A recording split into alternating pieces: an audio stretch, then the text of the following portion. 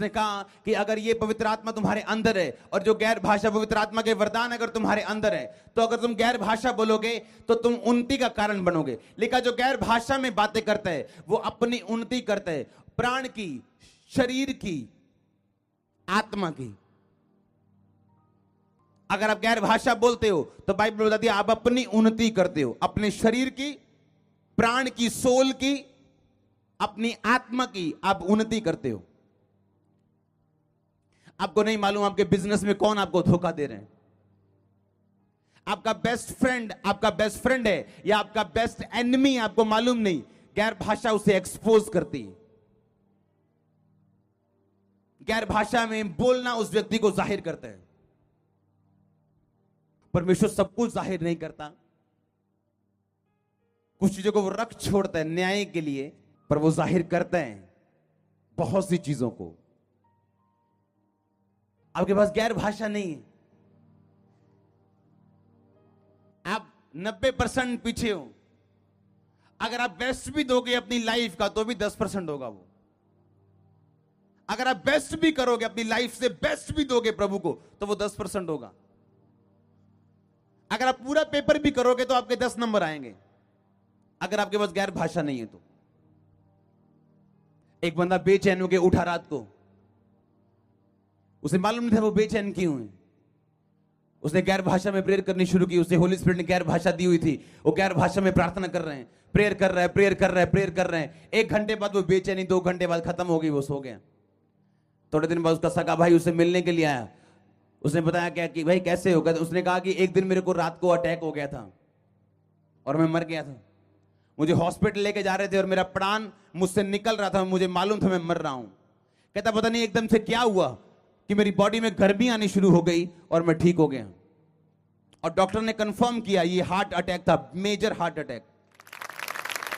और उसने बताया कि मेरे को उस दिन मालूम नहीं था कि क्या हो रहा है, पर मेरे अंदर एक अजीब सी बेचैनी थी और पवित्र आत्मा ने मुझे गैर भाषा में प्रार्थना करने के लिए बोला और मैंने प्रार्थना करनी शुरू की और थोड़े घंटे बाद मेरी वो बेचैनी खत्म हो गई और उसके बाद मैं सो गया।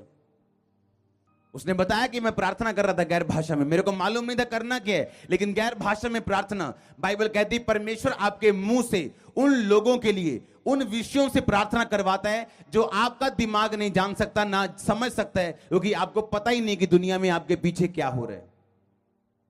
आपका एनिमी आपका दोस्त बना हुआ है, आपका दोस्त आपको दुश्मन लग रहा है, आपका तारणहारा, आपका डिवाइन हेल्पर, आप उसे इग्नोर कर रहे हो। क्यों? आपके एंटीने हिले हुए हैं।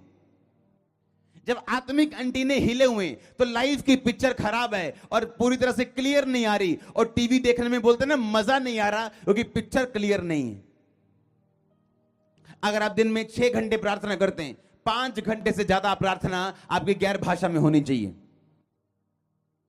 स्मिथ विगल्सवर्थ, इंग्लैंड का एक प्लम्बर, जो दुनिया का सबसे टॉप जनरल में, जिसकी दुनिया की सबसे टॉप के परमेश्वर के दासों में गिनती होती है आज, जो आज प्रभु के पास जा चुके हैं और 10 रिकॉर्डेड मुर्दे जिन्होंने जिंदा किए हैं डॉक्यूमेंट्री के साथ, उनके मुंह के शब्द हैं कि जैसे ही मेरा पांव मेरे मंजे से नीचे आता है मेरी गैर भाषा शुरू हो जाती है और तब बंद होती जब मैं सोता हूं।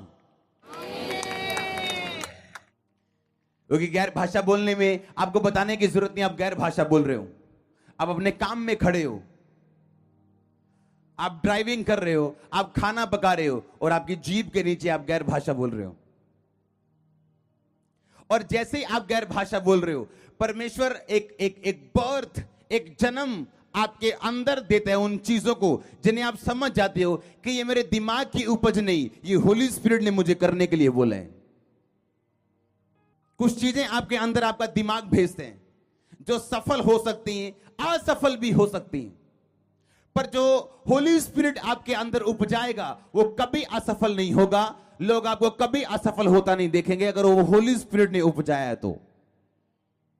लोग पूछते हैं मैं कौन सा बिजनेस करूं जी, मुझे पापा से मिलना है, मुझे पूछना है क्या करूं। अगर आप पवित्र आत्मा के साथ जुड़े हुए हैं, प्रभु के साथ जुड़े हुए हैं, अगर आप पाप से अलग हैं तो पवित्र आत्मा आपके अंदर जो उपजाएगा वो सफल होगा। पर अगर वो आपके दिमाग की उपज है और आप प्रभु से अलग हैं, तो आप चर्च में आ रहे हैं, तो आप मुझे अपने फेलियर में शामिल मत करो। बाद में आप प्रभु पे दोष लगाओ, प्रेयर पे दोष लगाओ कि आप स्पिरिचुअल नहीं है। ये सबसे बड़ी कमी है। अगर चर्च में 50% लोगों के पास गैर भाषा नहीं है तो आप सोचो क्या होगा कि चर्च में 50% लोग जो हैं वो पवित्र आत्मा की बात को 90% सुन ही नहीं पा रहे हैं। आपके अंदर गैर भाषा के लिए प्यास होनी चाहिए। मेरे अंदर प्यास थी गैर भाषा के लिए, पवित्र आत्मा के लिए। मुझे चाहिए, मुझे पाने हैं। और मैंने बपतिस्मे से पहले पवित्र आत्मा पाया, बाद में नहीं। और बपतिस्मा ये नहीं मैंने लेट लिया है। तब ऐसा नहीं होता था कि हर संडे बपतिस्मे होते थे। तब ऐसा होता था, हाँ जी बपतिस्मा लेना है जी, हाँ 2 महीने बाद बारी आएगी। तो 2 महीने में इंतजार कर रहा हूं। अगर मेरे को उसी टाइम देते तो मैं उसी टाइम लेता, चाहे हफ्ता हुआ था, 2 हफ्ते हुए थे। इसलिए पवित्र आत्मा मुझे पहले मिला था क्योंकि मैं अपना दिल प्रभु के लिए खोल चुका था और कोई काम नहीं था मेरे को। क्योंकि जैसे ही आप पवित्रता में चलते हो, आपके अंदर एक इच्छा है परमेश्वर में चलने की। कोई अनकन्फेस्ड सिन आपकी लाइफ में नहीं है। जानबूझ के आप कोई पाप नहीं कर रहे हो। जितना आपको मालूम है उसमें आप 100% वफादार हो, तो पवित्र आत्मा मिलता है आपको। यीशु मसीह ने कहा मैं तुम्हें अनाथ नहीं छोड़ूंगा। आप अनाथ हो अगर होली स्पिरिट आपके पास नहीं है तो।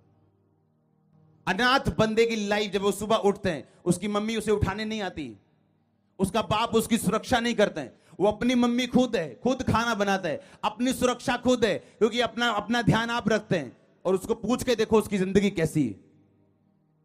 इमोशनली डिस्टर्ब है, फाइनेंशियली डिस्टर्ब है। और उसी तरह से वो क्रिश्चियन जिसके पास पवित्र आत्मा नहीं है, वो भी अनाथ की तरह है। वो बड़े अनाथ की तरह है, क्योंकि होली स्पिरिट उसको गाइड नहीं कर रहा। उसके दिल में बर्थ नहीं हो रहा, जन्म नहीं हो रहा उस चीज का जिसके लिए प्रभु ने उसे पैदा किया है। क्योंकि वो कनेक्ट नहीं है परमेश्वर के साथ, उसे मालूम नहीं है। परमेश्वर ने कहा वो पवित्र आत्मा वो तुम्हारे साथ रहता है और वो तुम में होगा। वो साथ रहता था जब तक यीशु मसीह जी उठ के ऊपर जाके पवित्र आत्मा को भेजा नहीं, तब तक वो साथ रहता था। मूसा हो, अब्राहम हो, पतरस हो, तब तक वो साथ रहता था, अंदर नहीं। अब वो कहां रहता है? आपके अंदर। जैसे जैसे आप पवित्र आत्मा में बढ़ते जाओगे, आपकी बुद्धि शार्प होती जाएगी। आप समझ पाओगे, आप जान पाओगे, आप सॉल्यूशन, आप प्रॉब्लम सॉल्वर होंगे, आप सॉल्यूशन देने वाले व्यक्ति होंगे, आप मशहूर होंगे सॉल्यूशन मैन के नाम में। क्या आपको पवित्र आत्मा चोट नहीं देता? क्या आपको थप्पड़ नहीं मारता वो? कि आपका बेटा आपके सामने नशे करता है और आपकी प्रार्थना लाइफ 15 मिनट की है, क्या शर्म नहीं आती? कि आपके सामने आपके घर पे शैतान अटैक करता है बीमारियों के और आपकी प्रार्थना आधे घंटे की, क्या शर्म नहीं आती? क्या शैतान पे गुस्सा नहीं आता? जिस बंदे को बेइज्जती फील नहीं होती वो कभी भी ऊपर के लेवल पे नहीं जाता, याद रखना। जिस आदमी को अपनी बेइज्जती फील नहीं होती उसकी दोबारा होती।